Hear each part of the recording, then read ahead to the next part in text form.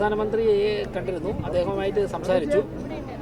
പിന്നെ അദ്ദേഹം ഡീപ്പായിട്ട് ഓരോ പ്രവർത്തകരോടും അവരുടെ വ്യക്തിപരമായ പശ്ചാത്തലം, പിന്നെ കേരളത്തിലെ പ്രവർത്തനവുമായി ബന്ധപ്പെട്ടുള്ള സാധ്യതകൾ, അദ്ദേഹത്തിൻ്റെ അനുഭവങ്ങൾ, അതോടൊപ്പം തന്നെ ഗുജറാത്തിലെ അനുഭവങ്ങൾ, ഇങ്ങനെയൊക്കെയുള്ള കാര്യങ്ങൾ വളരെ ഡീറ്റെയിൽ ആയിട്ട് ഒരു 1.5-2 മണിക്കൂറോളം അദ്ദേഹം നന്നായിട്ട് ഇൻട്രാക്ട് ചെയ്തു. പിന്നെ കേരളത്തിൽ എങ്ങനെയാണ് പ്രവർത്തിക്കേണ്ടത് എന്നുള്ളതിനെക്കുറിച്ചുള്ള ഒരു വ്യക്തമായിട്ടുള്ള മാർഗ്ഗനിർദ്ദേശം ഓരോ പ്രവർത്തകർക്കും അവരുടെ കാര്യങ്ങൾ ചോദിച്ചറിയിച്ചിട്ടുണ്ട്. അതെ, അതാണ് ഞാൻ പറഞ്ഞത്. അവിടെ നടന്ന കാര്യങ്ങളാണ് ഞാൻ പറഞ്ഞത്.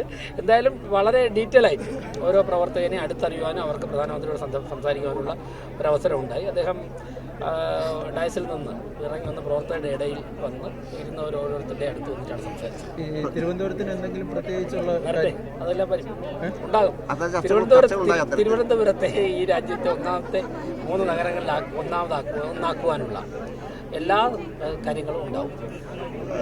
ഓരോ അംഗങ്ങളും പ്രത്യേകമായിട്ട് സംസാരിക്കാനുള്ള പല ഇപ്പോൾ വന്ന എല്ലാവർക്കും സംസാരിക്കാനുള്ള അവസരം അങ്ങനെ ഒന്നുമില്ല. പക്ഷേ ഡീറ്റെയിൽ ആയിട്ട് സംസാരിക്കാൻ വേണ്ട എല്ലാവർക്കും കാര്യങ്ങൾ ചോദിച്ചതനുസരിച്ച് ഓരോരുത്തരുടെയും അറിവിനും ഇതൊക്കെ അനുസരിച്ച് മറുപടി പറയാൻ സാധിക്കും. പ്രധാനമന്ത്രിയുടെ നിയമസഭാ തെരഞ്ഞെടുപ്പുമായി ബന്ധപ്പെട്ട ഉപദേശങ്ങളോ അങ്ങനെ എന്തെങ്കിലും നിർദ്ദേശങ്ങൾ തന്നിട്ടുണ്ടോ? ഞാൻ പറഞ്ഞില്ലേ, സംസാരിച്ചതിൽ എല്ലാ കാര്യങ്ങളും ഉണ്ട്. പ്രധാനമന്ത്രി അടുത്ത് തിരുവനന്തപുരത്തേക്ക് അല്ലെങ്കിൽ കേരളത്തിലേക്ക് വരാൻ എന്തെങ്കിലും അതിനെക്കുറിച്ചുള്ള ഡേറ്റൊന്നും ഞങ്ങളോട് പറഞ്ഞില്ല. സ്വാഭാവികമായിട്ടും നിയമസഭാ തെരഞ്ഞെടുപ്പൊക്കെ വരുമ്പോഴേക്കും ഉണ്ടാവുമല്ലോ. ഈ പൊതു ബഡ്ജറ്റ് ഒരു നിരാശയായിരുന്നു.